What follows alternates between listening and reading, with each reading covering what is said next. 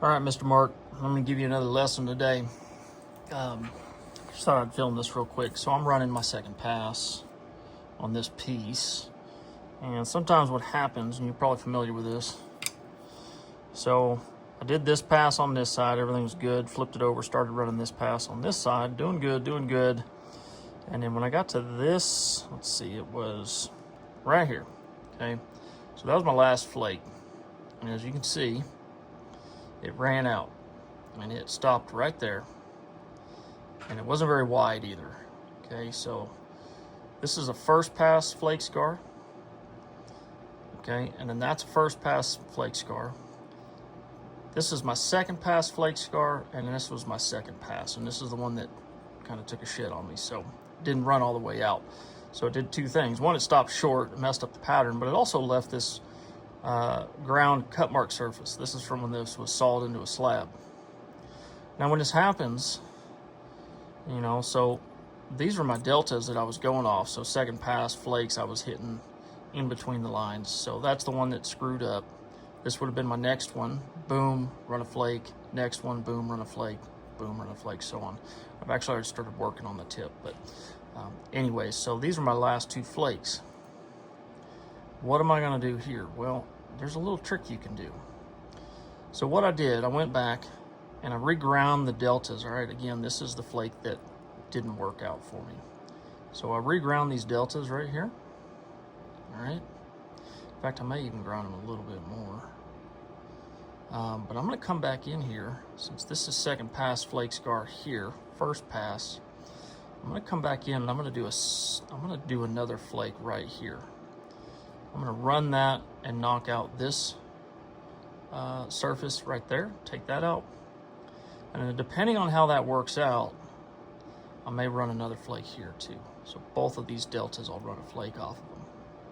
And then I'll go back to this one and just carry on. But I'm going to show you another little trick. Now, if you don't already have these, this is a diamond file from Harbor Freight, $7.99, man. And you get like 8 of these things, different configurations. If you're gonna work slabs, you absolutely need to get some of these things, and they're great for any knapping, but for slabs are really good. Okay, you can get in there and file and abrade little surfaces and areas that are going to save your ass someday. And this is a good example. So I ground these on my flat. I'm using a piece of mild sandpaper to grind my deltas. But another thing about obsidian, this is a really cool trick. These ridges on the obsidian between the flakes, these are weak spots. Okay, they're weak points. And if I come in and I try to shoot a flake here to follow that ridge, what can happen is this ridge is so brittle. It's a sharp point, right? Think about it. It's like the spine. And it's a brittle spine. Obsidian is brittle. So I'll probably end up snapping this flake somewhere in here. And I may get it, but I don't ever try to chance it. In situations like this, what I'll do is I'll come in with my diamond file. Check this out. I'm gonna grind that ridge. And a friend of mine showed me this. And this really just, you know, I don't know how well this works on the other chert, but on obsidian, man, this is a lifesaver. By grinding these ridges, these little flake ridges, I just strengthen that ridge. And so I'm going to enable that flake to run out a lot easier now, as long as I do it right. And I have less chance of it snapping early and leaving a hinge here than if I don't grind it. Now, you don't have to grind every ridge, but in situations like this where it's like really important that I get this flake just right, I will certainly grind these. And if you just try this out, go get you some diamond files like this, some cheap ones, and try it out. Grind some ridges like that and see if it doesn't help get rid of some of those hinges you're probably coming across. Okay, so I'll show you real quick. I'm going to try and pull this off. So got that ground just the way I want it. I'm going to go ahead and run a flake here. I'll show you how it does, and depending on how it does, I'll either run this one next or I'll just move over here to that one. So let's see if I can get this. May not be able to see it. I'm not going to mess with it too much. I'll show you what what's going on. So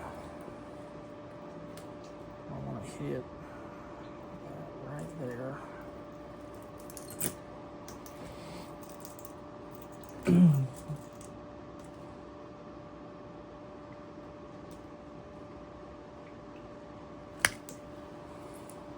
Okay, not as far as I wanted it to go.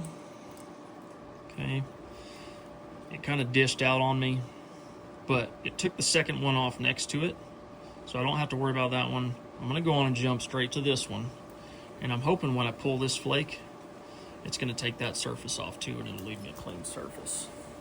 So that didn't work exactly how I wanted it to, but it worked enough that I'll be able to pull this off and finish the piece, and it won't have any of the original ground surface from when they cut it into slabs.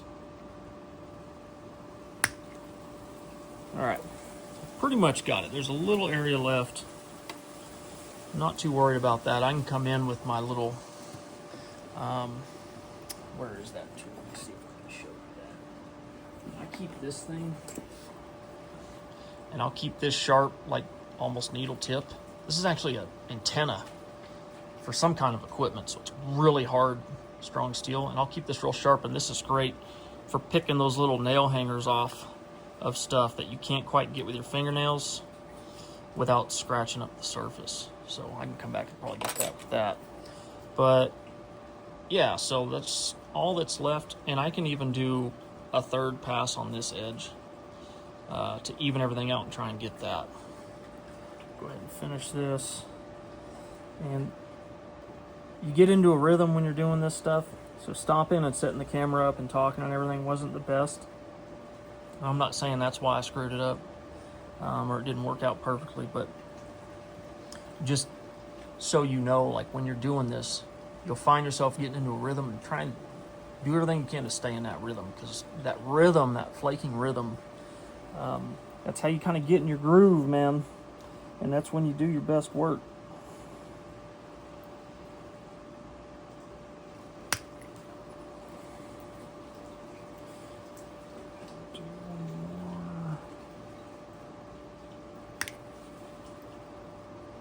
Alright.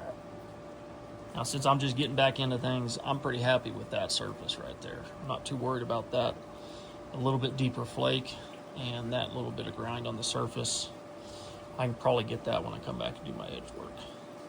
And that's the other side. So technically, that's good. I can start on doing some of the bottom flaking, and that's good enough for the both faces, and I can do my edge work now. So I'm basically done with the flaking on this. I can switch over to the edge work. I don't like how thick this edge is, so that's why I do sometimes do a third pass, but I'm not going to mess with it today. So, hope that was helpful, and as always, if you have any questions, let me know.